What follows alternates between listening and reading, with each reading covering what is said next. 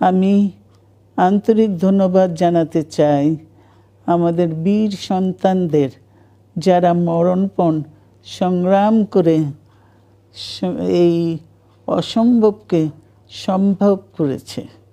শত শত শহীদদের জানাই শ্রদ্ধা।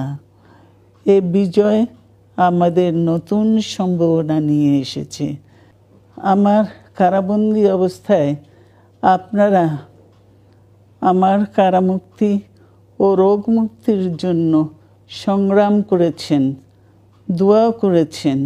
সেজন্য আমি আপনাদের সকলকে ধন্যবাদ জানাচ্ছি। আল্লাহর রহমানির রহিম। আসসালামু আলাইকুম।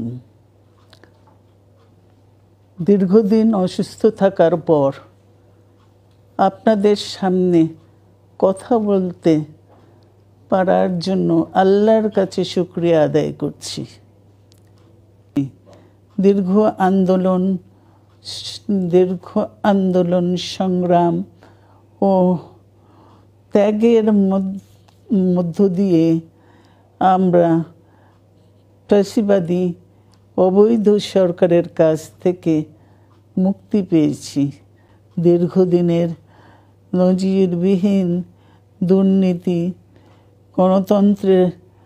গণতন্ত্রের ধ্বংসের স্তূপের মধ্য থেকে আমাদের নির্মাণ করতে হবে এক সমৃদ্ধ বাংলাদেশ।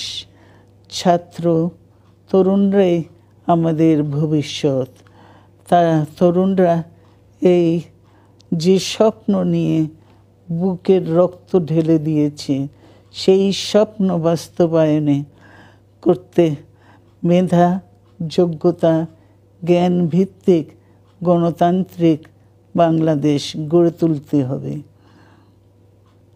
শোষণহীন সমৃদ্ধ বাংলাদেশ।